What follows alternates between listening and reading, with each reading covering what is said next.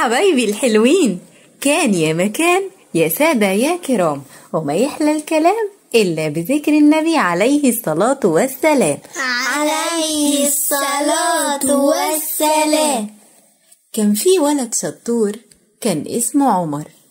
كان كل يوم بيروح المدرسة ومامته كانت بتعمله أكل كتير وجميل، بس ما كانش بياكله، كان بيديه لأصحابه. وفي يوم من الأيام اتصلت الميس على مامته وقالت لها: ألو ازاي حضرتك، عاملة ايه؟ الحمد لله. ابن حضرتك عمر تعب جدا، ممكن تيجي؟ ليه تعب، ماله؟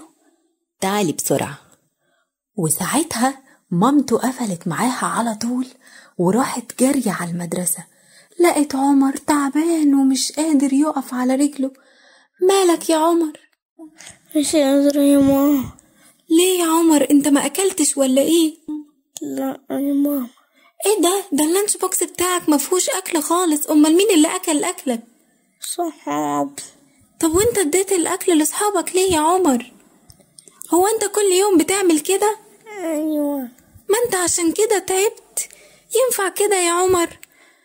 وساعتها مامته اخدته على طول من المدرسة وروحت بيه على طول على البيت، وقعدت تأكله وتشربه. وتاني يوم قالت له: لازم يا عمر تخلص أكلك كله، أديك شفت تعبت قد إيه. قولي يا عمر، هتخلص أكلك كله؟ يا ماما خلص. شفت بقى لما أكلت بقيت كويس إزاي؟ شفت يا ماما. طيب يلا يا حبيبي روح المدرسة وكل أكلك كله، ماشي؟ ماشي. مع السلامة يا عمر. مع السلامة. وبعد كده إيه اللي حصل يا أصحابي؟ عمر راح المدرسة ومامته استنت إن هو ياكل الأكل بتاعه، فعشان مامته تطمن إن هو أكل اتفقت مع الميس إن هي تشوف عمر وهو بياكل.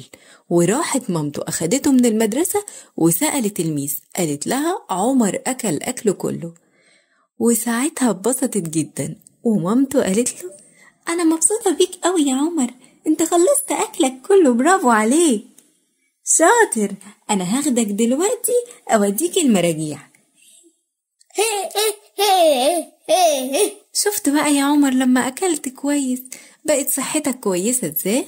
ودلوقتي يا أصحابي لازم لما مامتكوا تديكوا الأكل لازم تاكلوه وتخلصوه، مش عايزين يحصل لكم زي عمر كده.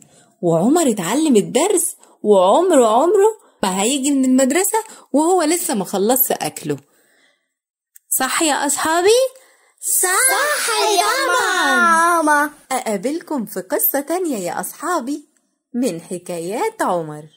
إلى اللقاء، مع السلامة. مع السلامة.